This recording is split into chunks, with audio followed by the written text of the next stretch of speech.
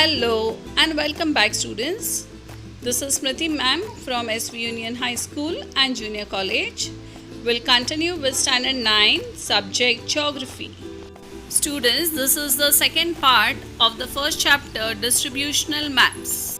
In the earlier session, you have seen the two types of distributional maps, namely dot method and choropleth method. Introduction. Before we start with isopleth method, let us understand the concept of isolines.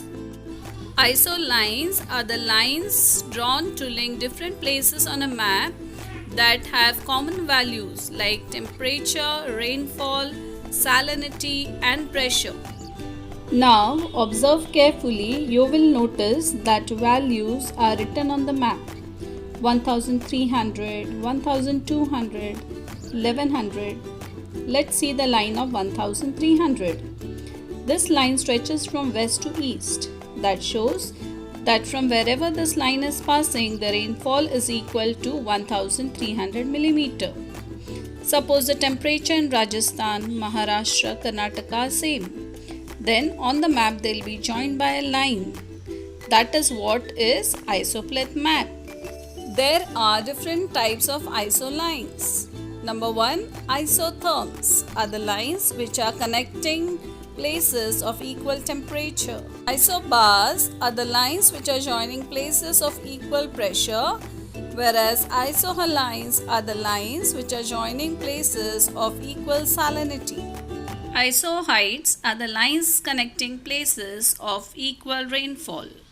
Students, you have seen contour maps and isobar maps in the earlier classes.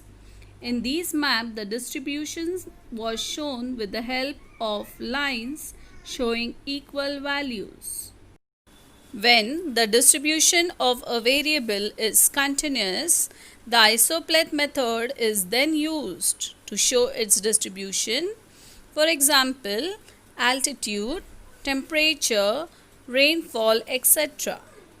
To do so, students remember that we need to obtain accurate data of some places in a region. It is assumed that the difference between the height, means altitude or rainfall of two places changes at a uniform rate. What does that mean? Let's go to the map. Observe the values. 1200. Next is 1100, next is 1000. So how much is the difference? Yes, only 100 millimeters. Everywhere this difference is same. So the changes are taking place at a uniform rate. Values of the variable are written on the map at the respective locations. If the data for more places is available, mapping of the distribution can be done more accurately. So, on the basis of this information, isopleth maps are prepared using the steps below. Number 1, by considering the highest and the lowest values of the variable. The class interval is decided to draw the isopleth maps, which in turn decides the difference between the lines.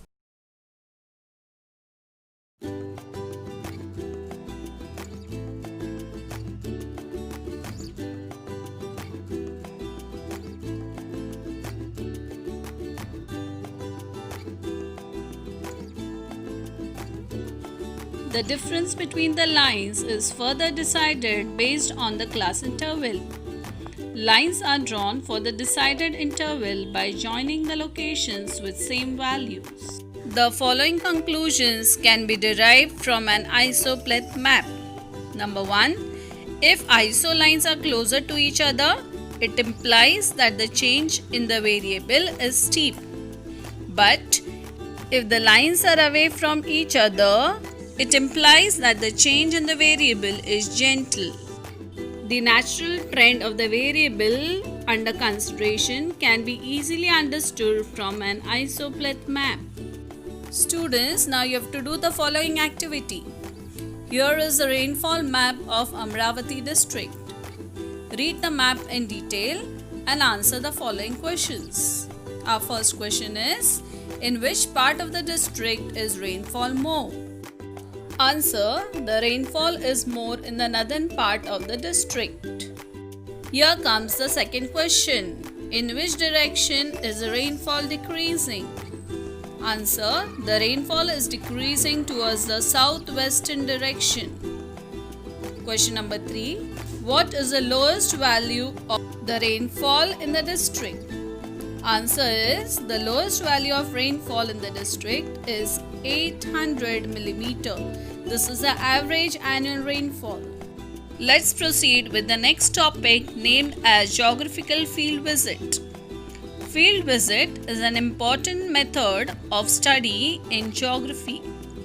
Geographical concepts and elements can be directly experienced through field visits. This is your first-hand information. It helps us to understand the relation between humans and environment. Preparations for field visit. The following preparations should be done before going to a field visit. Number 1. Decide the place and the purpose of the visit. Decide the elements which will be observed in the visit. Study the location map and the route map of the place to be visited. Plan the distance to be travelled, the transport route, the means of transport, and the duration of the field visit. With the help of your teacher, students should prepare a questionnaire. Questionnaire means set of questions to be asked while going for field visit. Selection of the study area. Geographical field visit is organized for the study of various elements. Example, physical landforms, riverbanks, dams, coastal areas, tourism sites, offices or museums related to geographical elements. The field visit can also be arranged in villages and forest areas. Geographical elements should be selected after studying the local conditions, and permission letters should also be obtained. Now let us see the things that you should carry before you go for a field visit.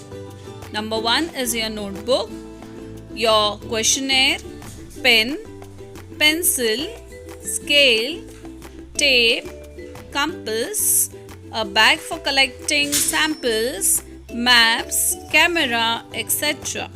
The following precautions to be taken during field visit.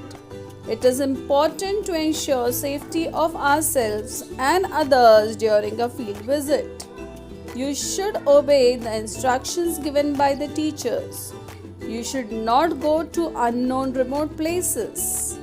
During field visit, you should try to understand the local circumstances by conversing with the local people. You should ensure that you do not cause harm to the nature, to the environment in any way during your visit.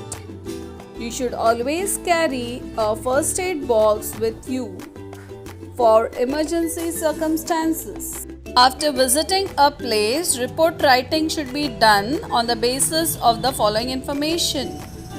Add photographs wherever necessary.